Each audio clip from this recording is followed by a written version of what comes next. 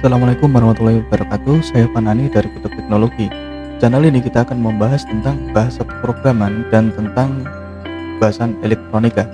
Pada kali ini kita akan membahas masalah alat ukur dan pengukuran dalam elektronika.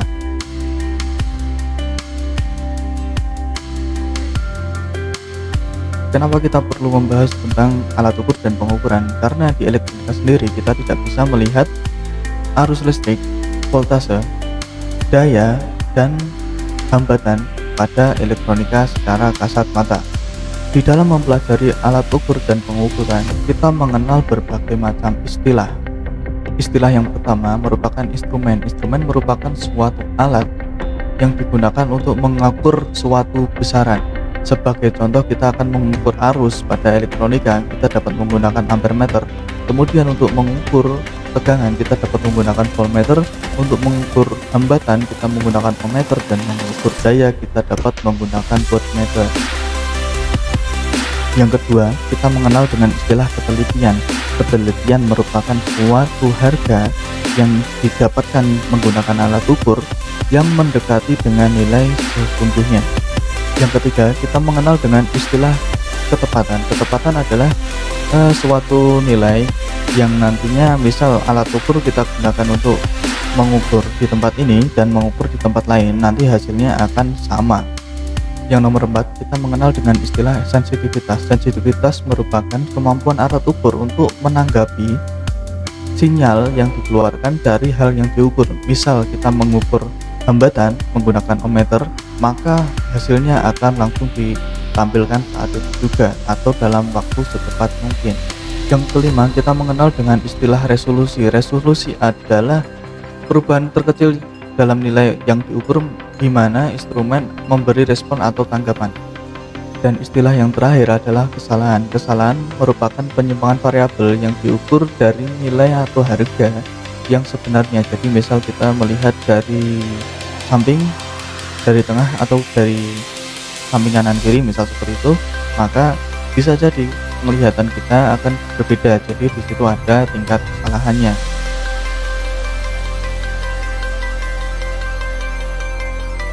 Alat ukur sendiri dibedakan menjadi dua. Yang pertama adalah alat ukur standar atau absolut, yaitu alat ukur yang tidak perlu dilakukan kalibrasi. Dan kemudian ada alat ukur sekunder. Alat ukur sekunder merupakan alat ukur yang perlu kita kalibrasi dengan melihat pada alat ukur standar, sehingga nilai yang dihasilkan akan sama. Contoh alat ukur yang standar merupakan salah satunya adalah galvanometer.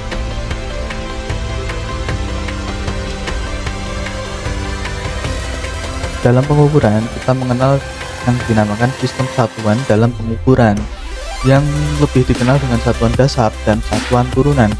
Untuk melihat tabelnya dapat dilihat sebagai berikut.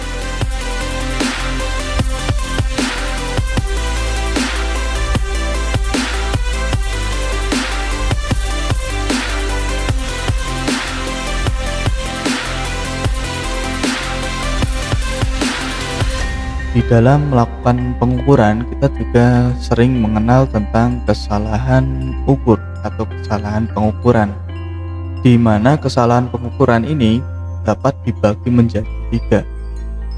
Yang pertama, kita kenal dengan gross error atau sering disebut dengan kesalahan umum. Kesalahan ini biasanya disebabkan oleh kelalaian dari manusia atau orang yang sedang mengukur.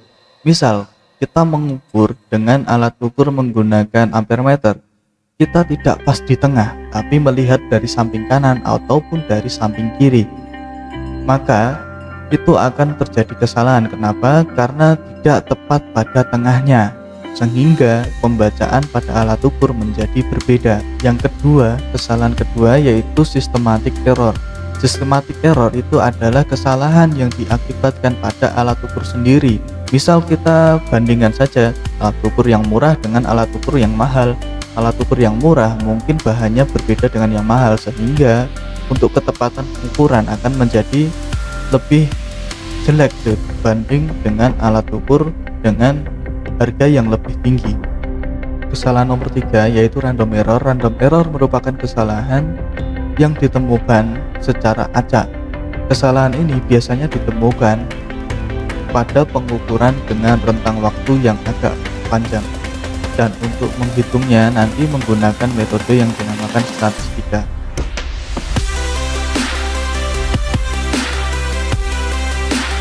Biasanya alat ukur memiliki simbol-simbol sendiri-sendiri. Yang pertama, kita kenal dengan alat ukur yang diletakkan secara tegak, itu memiliki simbol seperti T dibalik.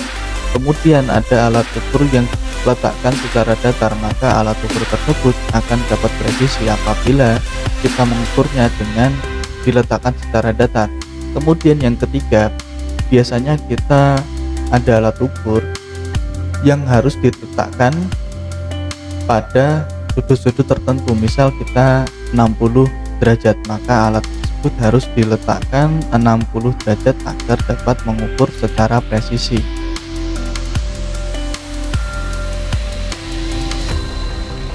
Mengingat tentang error yang disebabkan pada alat ukur, kita mengenal istilah kalibrasi. Kalibrasi di sini digunakan untuk menentukan alat ukur itu menjadi lebih tepat. Dan untuk melakukan kalibrasi pada alat konvensional bisa kita putar menggunakan obeng pada tempat yang ada tanda untuk kalibrasi, seperti contoh berikut ini.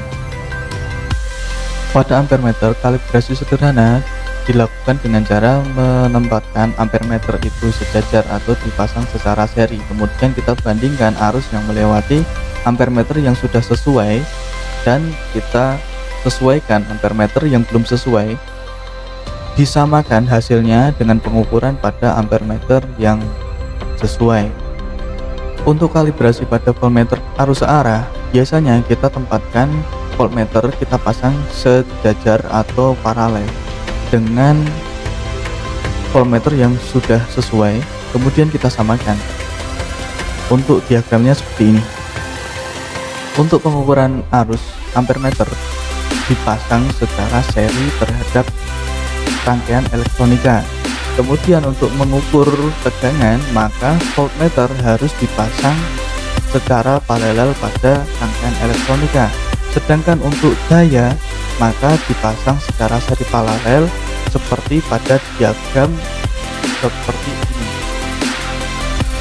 Ini sudah terlalu lama ya kita ngobrolin ini, daripada nanti pusing, kita lanjutkan saja materi pembahasan tentang alat ukur dan pengukuran pada video selanjutnya.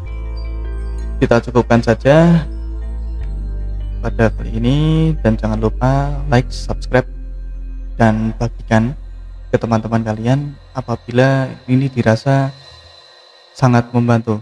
Terima kasih sudah mampir dan menonton channel YouTube ini. Saya ucapkan banyak terima kasih. Assalamualaikum warahmatullahi wabarakatuh.